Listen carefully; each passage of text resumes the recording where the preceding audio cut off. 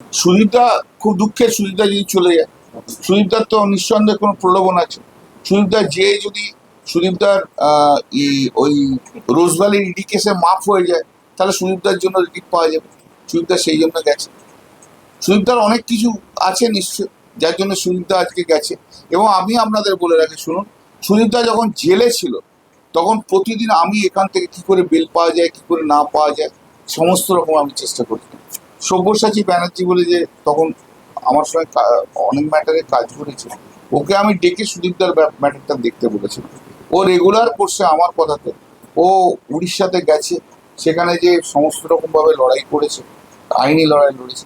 এবং শেষ কথাটা যেটা বলে দিচ্ছি, যেটা আপনাদের অনেকে কিছু জানেন না, সেটা তখন অনন্ত কুমার ছিল পার্লামেন্ট মিনিস্টার।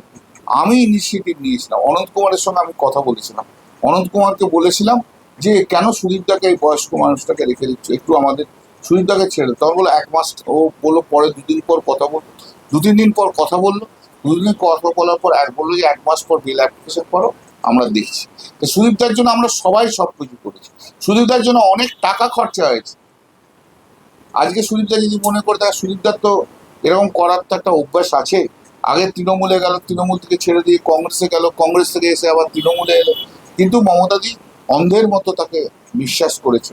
এবং লাস্ট কথা যেটা হচ্ছে, সুদীপদা কিছুদিন আগে একটা নতুন গাড়ি চেয়েছিল মমতা বন্দ্যোপাধ্যায়ের কাছে। কারণ ওনার গাড়িটা 17 বছর হয়ে গেছে দিল্লিতে, কতটা নতুন গাড়ি চায়। মমতাজি তাকে বলেছে যে এখন গাড়ি দেওয়াটা সম্ভব নয়, যদি দলের পুরনো গাড়ি আছে, যদি আপনি নিতে চান নিন। অতএব সুদীপদা কিসের জন্য গেছে এটা বলা বড় মুশকিল। আগামী দিনে মানুষ উত্তর দিয়ে দেবে। সুদীপদা মমতাজি প্রচুর ইন্টেলিজেন্স পেয়েছে, সবাইকার সব অভিযোগ নস্যাৎ করে দিয়েছে শুধু সুদীপ বন্দ্যোপাধ্যায়।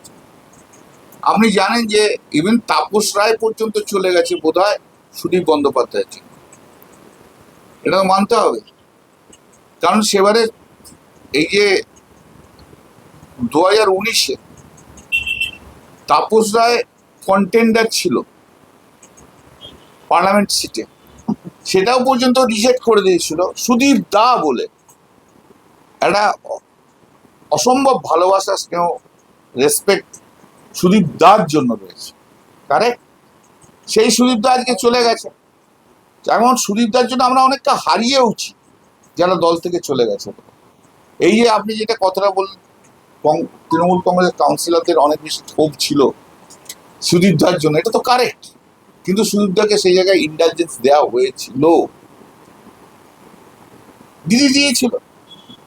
বয়স্ক মানুষ কি করবে সুদীপ দা? যে হাউসে যাবে না কোনোদিন, একটা কমিটি মিটিং করেন, কোথাও কিছু যায় না, শুধু কোনোদিন ভোট থাকলে ভোট দিতে যাবে।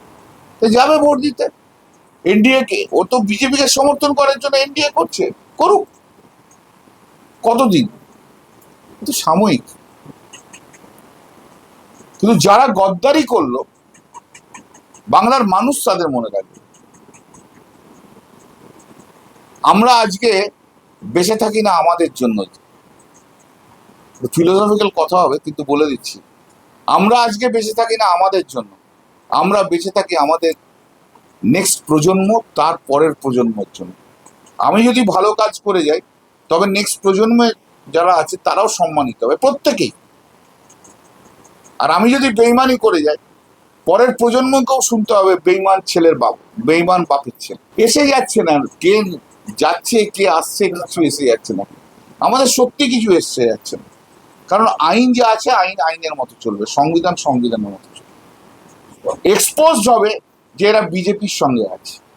তাহলে আজকে পরিষ্কার যে এদের কনস্টিটিউয়েন্ট যারা হেরেছে, তারা বিজেপির সঙ্গে হাতে হাত মিলিয়ে তারা হারিয়ে দিয়েছে।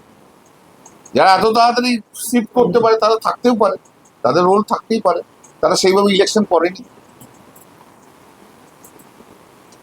থাকতেই পারে। অন্তত এদের উপর মানুষের বিশ্বাসটা চলে যাবে। বাংলার মানুষ এদেরকে রাজনীতিবিদ হিসেবে একটা অবিশ্বাস এবং ঘৃণা, আজকে পশ্চিমবাংলার রাজনীতিতে যে জন্ম হয়েছে এদের জন্যই হয়েছে, এটাই পশ্চিমবাংলায় আগামী দিনে থাকবে। পশ্চিমবাংলার বুকে অনেক কিছু হয়েছে, পশ্চিমবাংলার বুকে রাজনীতি, লড়াই, হানো তানো সবই হয়েছে। কিন্তু পশ্চিমবাংলার বুকে যখন হেরে গেছে, কোনো বিরোধী দল ইনক্লুডিং সিপিএম এইভাবে শিফট করেনি একবারে। এটা এরা করলো, এটা বাংলার রাজনৈতিক ইতিহাসের কলঙ্ক হয়ে থাকবে।